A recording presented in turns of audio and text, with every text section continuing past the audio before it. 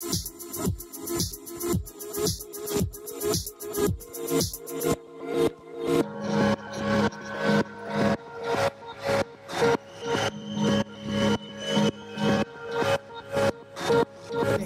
everyone, I'm Analiese, and I want to welcome you all to my third episode of Analiese in the City, where today we have the pleasure of speaking with actress Ashleigh Murray. Hi. And we are speaking to her here at the Brooklyn Promenade. And the cool thing is that Ashleigh actually chose this location as her favorite spot in New York.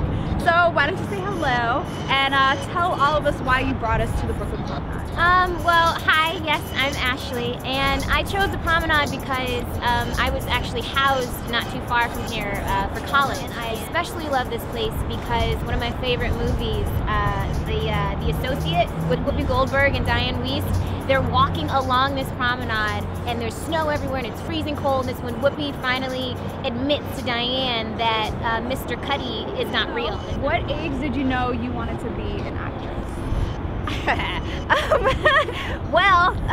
I would probably say, I want to say maybe like 9. When I was 3, I wanted to be a comedian, and I found out very soon that I wasn't that funny. Girl, you are. I work with her, I know she. Then I was just like, you know what? I like to talk a lot, and sometimes, you know, it's... You do. It's... Wow. That's impossible. I love you. Yeah, no, I was about 9, I think, when I decided that I wanted to be an actress. Do you remember the performance where you felt that acting was your passion? Yes.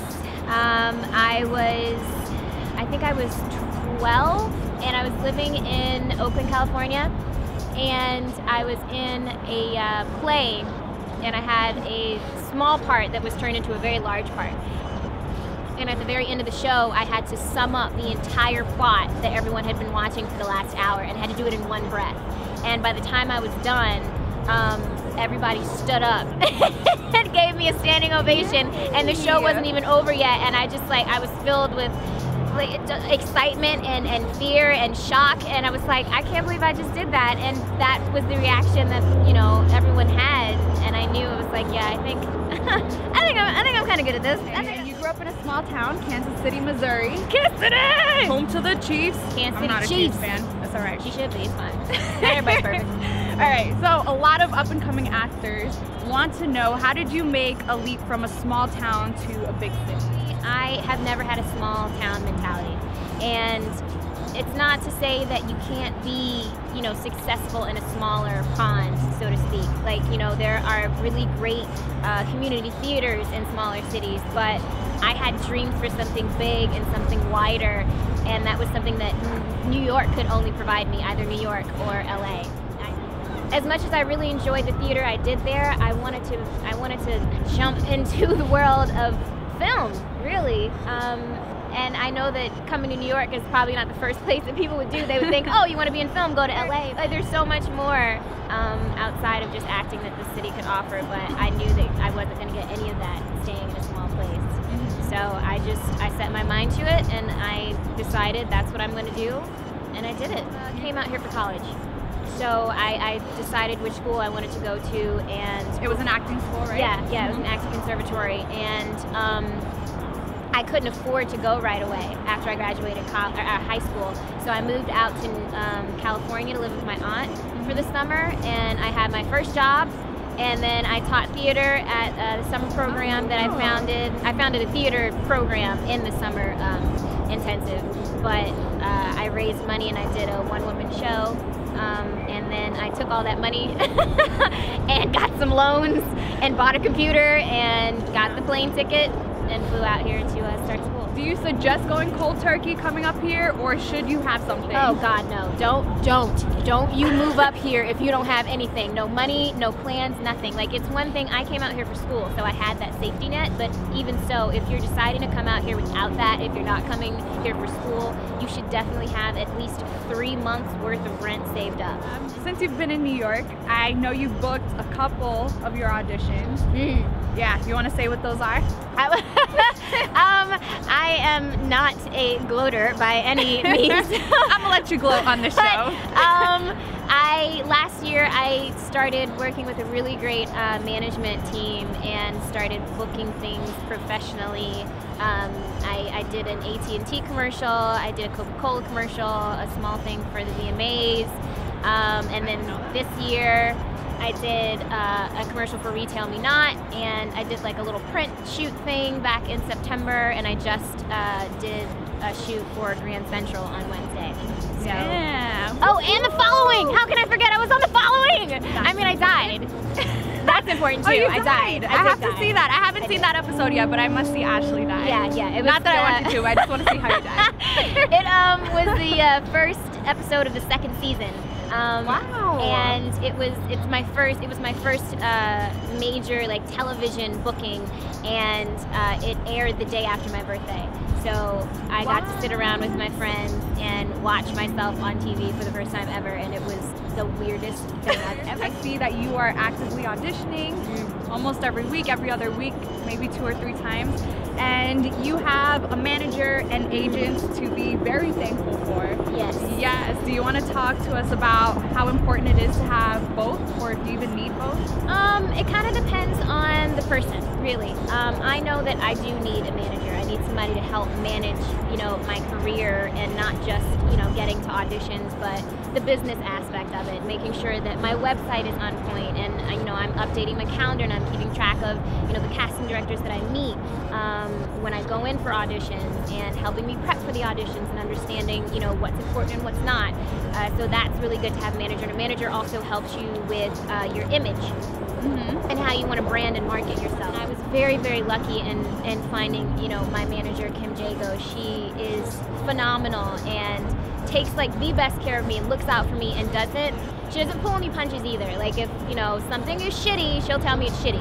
Yeah. In a nice way, though, right? Yeah, in a nice way, because, she's the mama hen. Agents are so good to have. They're so good to have because they are that direct line right to the casting directors who post the jobs. That the agents help you get in the door for the audition. They help you get on that list.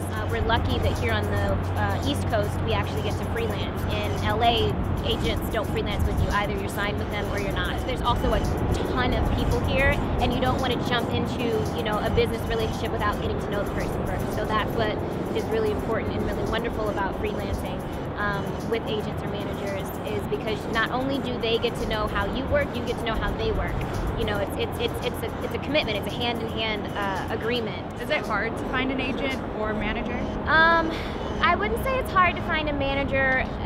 I feel like it's easier to get a manager than it is an agent, because a lot of the A-list agencies have a very small roster, and they're not always looking to add on to that roster. Getting in the door with an agent, I was very lucky because my manager knows, good people, and one of my girlfriends from college actually connected me with my commercial agent over at Abrams.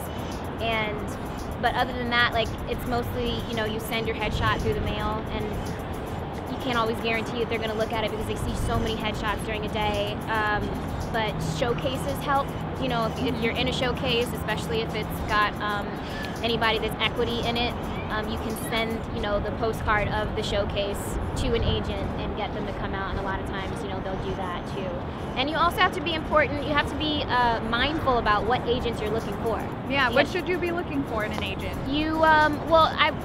I mean, like, in the sense that there are different types of agents. Okay. There's a commercial agent, there are legit agents, and you also need to know which division they're in, if they're in the youth division, the adult division, what's on camera. You also need to know, like, the different projects that the agents have worked with casting directors on. What their reach is. Because you don't want to just submit yourself to anybody. You can, but, it's just like kind of stabbing in the dark. So it's important to do your research to know who it is you're connecting yourself with and why you're connecting yourself with them. When you think about money and agents and managers, they make a commission off of whatever you book. That's how they get paid. When they get you a job, or they get you an opportunity, and you book that opportunity, and you get paid for it, your agent was the one who helped you get that audition, and so you have to pay them for that. You should never pay to be represented by anyone.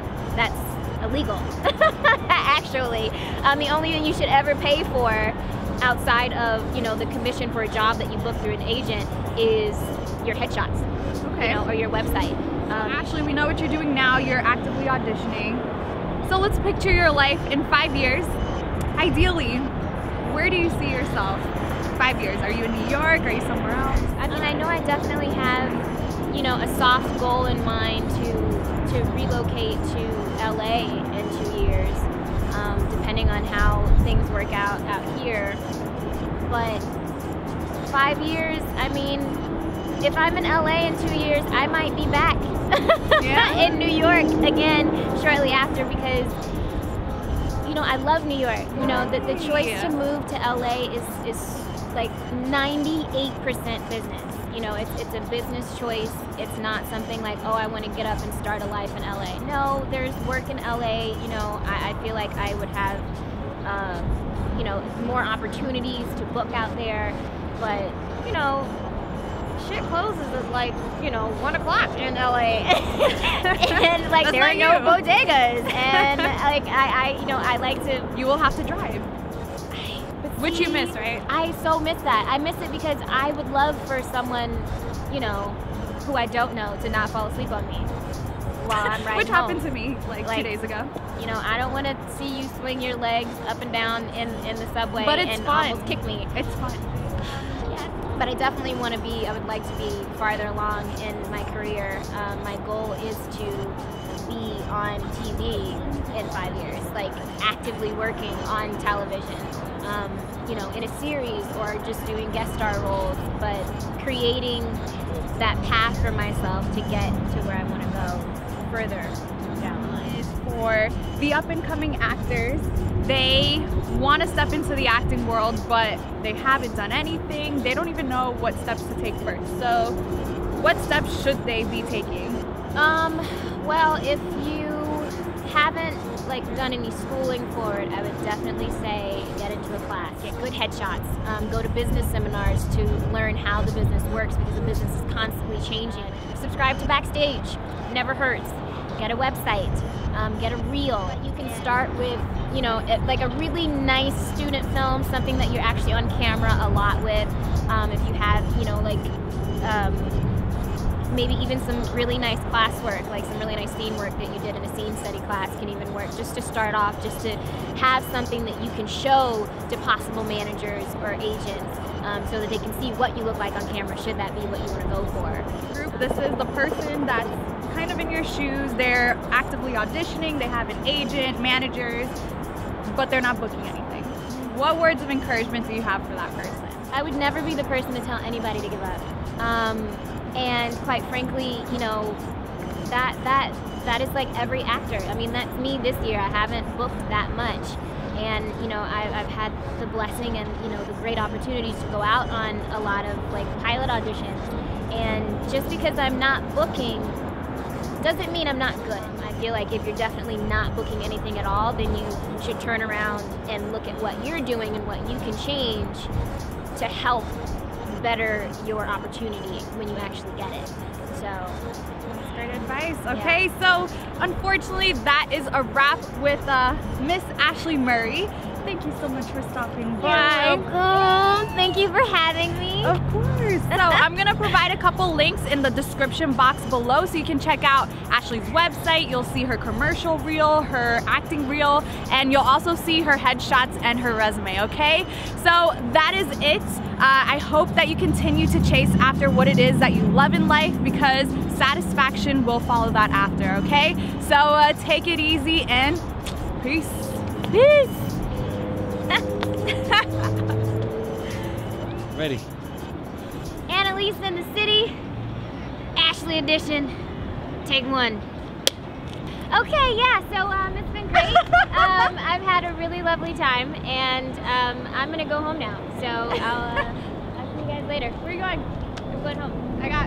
I'm not done. You guys see I'm not done with you. Can I go with you? No, they don't know I'm coming home yet, so it's fine. Just give me a minute. Help. Why are you laughing? Help me! I just kidding. It's fine. I don't live there. I wish one day, though, they're gonna see this and they'll be like, who's this crazy girl outside my house? Don't worry. So, why are you still watching me?